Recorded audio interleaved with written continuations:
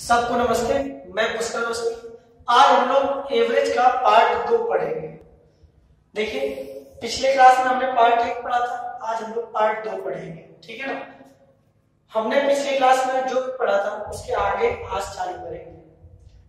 पहला देखिए, अगर कभी भी आ जाए कि n तक लगातार पूर्ण संख्याओं का औसत होते हैं तो उसका फार्मूला होता है n/2। जैसे सवाल आता है इसी में होता है कि 20 तक सभी पूर्ण संख्याओं का औसत क्या होगा। तो आपको अगर ये सवाल दे दे तो आप क्या करेंगे, 20/2 आपका आंसर कंप्लीट हो जाएगा। क्या आएगा, 10। यही आपका आंसर है। ठीक है ना। अब याद रखिएगा, अगर यहां पर प्रथम 20 तक आ जाए, देखिए ध्यान से, अगर एक सवाल यहां पर और बनता है जो कि डिस्टर्ब तुम्हें करेगा। अगर यहां पर आ जाता है जैसे कि प्रथम 20 पूर्ण संख्याओं का औसत क्या होगा, औसत क्या होगा, तो यहां पर ये चेंज हो जाएगा। ये सवाल अलग है, ये सवाल अलग है। इसमें क्या करेंगे आप, जो n की वैल्यू रहेगी, यहां पर n की वैल्यू 20 है, जबकि यहां n की वैल्यू 19 हो जाएगी। बेटा कितनी हो जाएगी, 19 हो जाएगी। क्योंकि जब पूर्ण संख्याओं की बात आती है तो शुरुआत 0 से होती है। तो ये जो वैल्यू रहेगी यहां पर प्रथम 20 पूर्ण संख्याओं को, तो यहां पर n की वैल्यू क्या होगी, 19 होगी। कितनी होगी, 19। तो n की वैल्यू यहां पर 20 नहीं होगी, कितनी होगी, 19 होगी। तो यहां पर करेंगे 19/2। तो इसका आंसर आएगा कितना आएगा, 9.5। ये आपका आंसर है।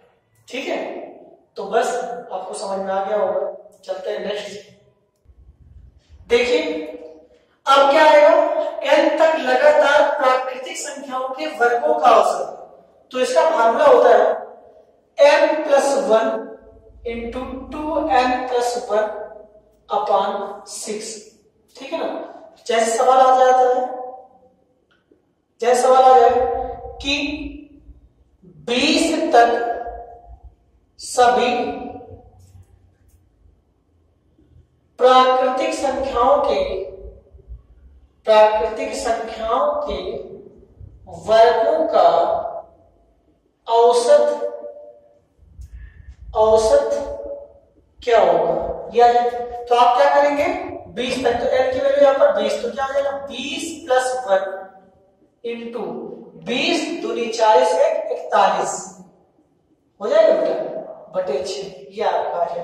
तो 20 से 21 हो जाएगा। यहां पर आप कर सकते हैं, तो आप डायरेक्टली कर लेंगे। तो 20 का 20 से 21, तो 20+1 गुणते, जो लोग नए हैं उनके लिए हम पूरा बता देगा ताकि उनको दिक्कत ना पड़े आगे चल के। 6 इसको जब आप हल करेंगे तो यह जाएगा 21 गुणते 41/6। 3 से काट देंगे, 3 दूनी 6 और 3 से काटेंगे 3 7 21, 2 से कटेगा नहीं है। अब 7 एकम 7 और 7 चौको 28/2 ये आ जाएगा। 2 से काट दीजिए, तो 2 एकम 2, 2 चौको 8, 2 3 6.5, तो 143.5 आपका आंसर हो जाएगा। आशा करता हूँ ये चीज आपको समझ में आ गई। क्या फार्मूला होता है जब अगर वर्गों का आ जाए, तो होता है n+1 इंटू 2n+1/6। ठीक है ना। चलते हैं नेक्स्ट सवाल।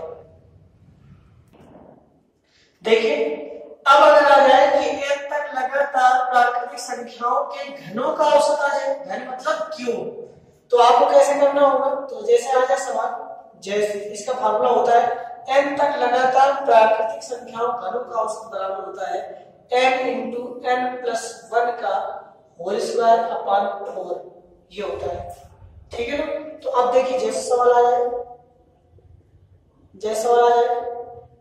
कि 10 तक सभी प्राकृतिक संख्याओं के घनों का औसत क्या होगा, औसत क्या होगा। तो भाई आप क्या करेंगे, सिंपल सा बात है, क्या करेंगे, इसे में रख देंगे। तो 10 गुणते 10+1 का होल स्क्वायर बटे 4। तो आप क्या करेंगे, 10 गुणते 11 बटे 2, 2 से का 4 है, ठीक है ना बेटा। तो यहाँ पर आप कर देंगे तो 2 से काट देंगे 5 और 2 से काटेंगे 2, तो ये हो जाएगा 121 पंचे 121 5 कर देंगे, या 11 पचे 55 और फिर 11 बटे 2, ठीक है ना। 11 पचे 55 हो गया, 11 पचे 55 और 5 60 बटे 2, तो ये आ जाएगा 2 3 6 2 दूनी 4, तो ये आएगा 302.5 आपका आंसर हो जाएगा।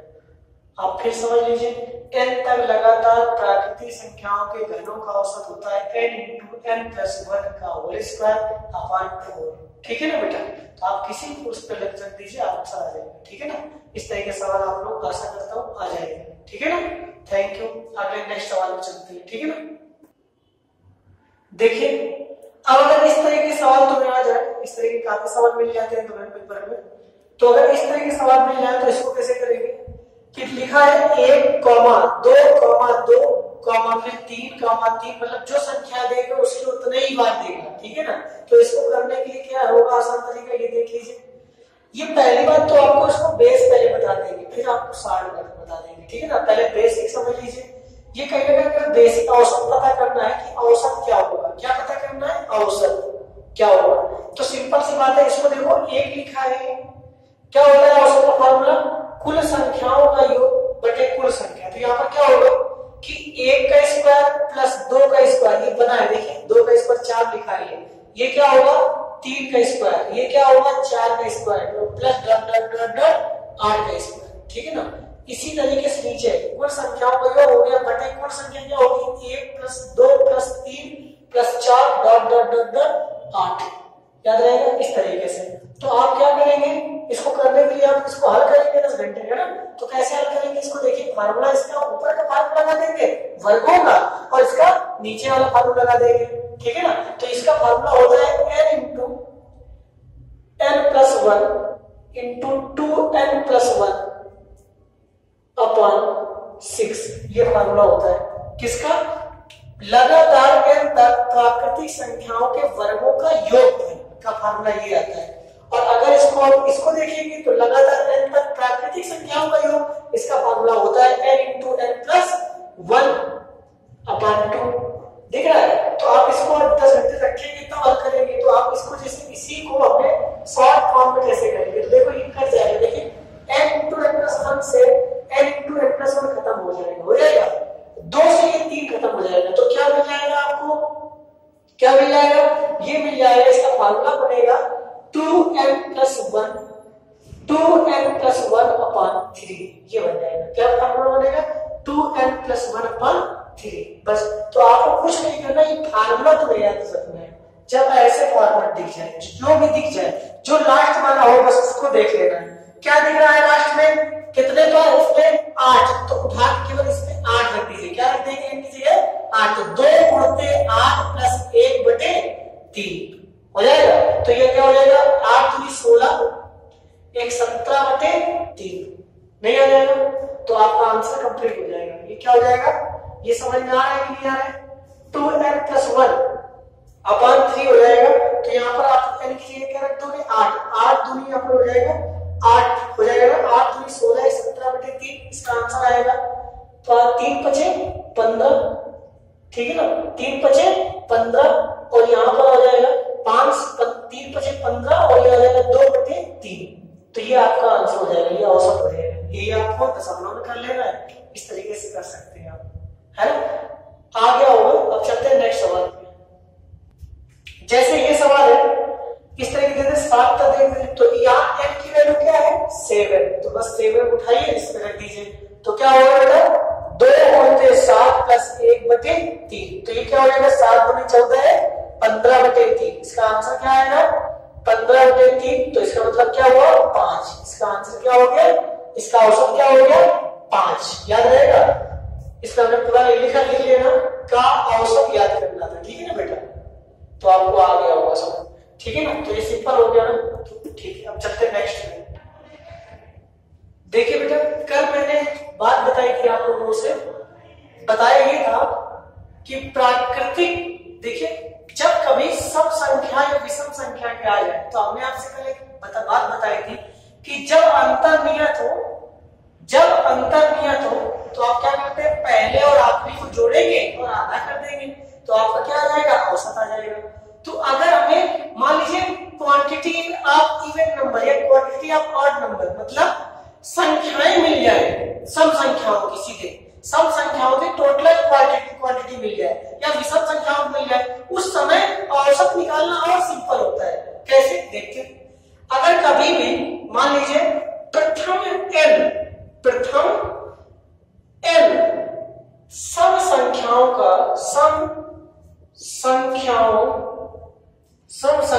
का औसत अगर तुमसे पूछ ले, तो इसका फिगर याद रखना, केवल आपको जितने क्वांटिटी आप इवन नंबर दिए गए उसमें एक जोड़ देना, आपका औसत निकल आएगा। इसका फार्मूला क्या बनता है, n+1, बस आपका आंसर हो गया। जैसे तुमसे कभी दे दे कि प्रथम 200 सम संख्याओं का औसत क्या होगा, है ना। प्रथम 200 सम संख्याओं का औसत क्या होगा, तो आंसर क्या आएगा, आपको उठाएंगे 200, एक जोड़ दीजिए, आंसर आपका क्या हो जाएगा, 201। कुछ नहीं करना, समझ में।